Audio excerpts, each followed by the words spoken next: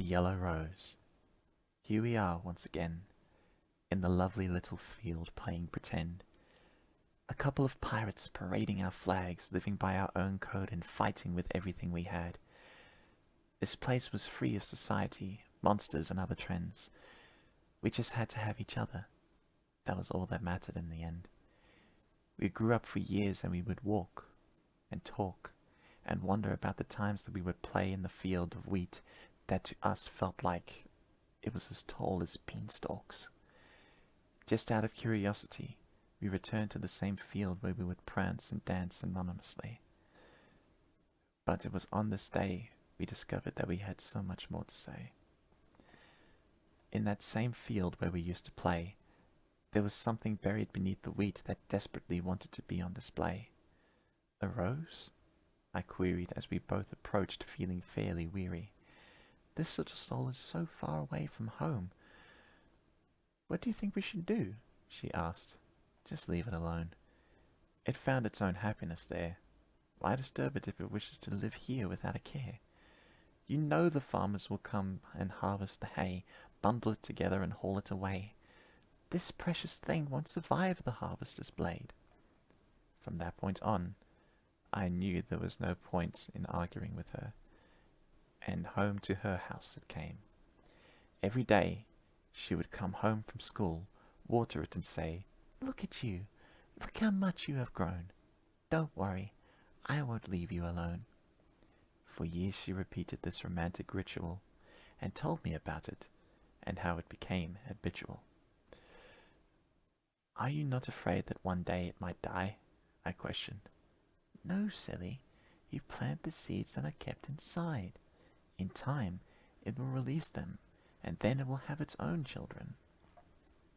Her positivity always astonished me, but as she grew older, life only managed to bring her hostility.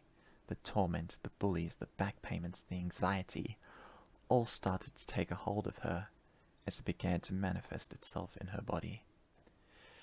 Cancer. The answer to the question no one ever wanted to hear or mention. The very thought of it happening to her made me tremble as she succumbed to the tension. In the years we had moved away, we didn't see each other much, but we had lots to say. When she told me about the disease, I made tracks from Boston to Austin. I would not rest until I could be by her bedside and beg of it. "Don't take my best friend from me. Please." A few days away from a future I hoped would never come, the doctors told me about what was soon to happen, and asked if she had anyone. There was nobody that I knew. There was only me. We had known each other since we were kids. It just wasn't how it was meant to be. Wallowing in pain and pity, I decided that I would make a small trip to the nearby florist in the city. There I searched for the only thing I knew would make her pleased and for a while take her mind off the disease. I walked to her bed and with a rose in my hand placed it on hers and quietly said, "Look at you. Look at how much you have grown. Don't worry. I won't leave you alone." Months had passed since that time, but I was glad I could see her smile one last time.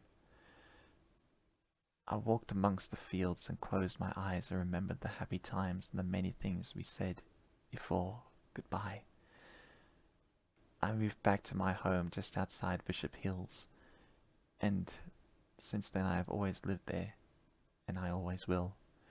When my daughter asks me, "Daddy, where are you going today?"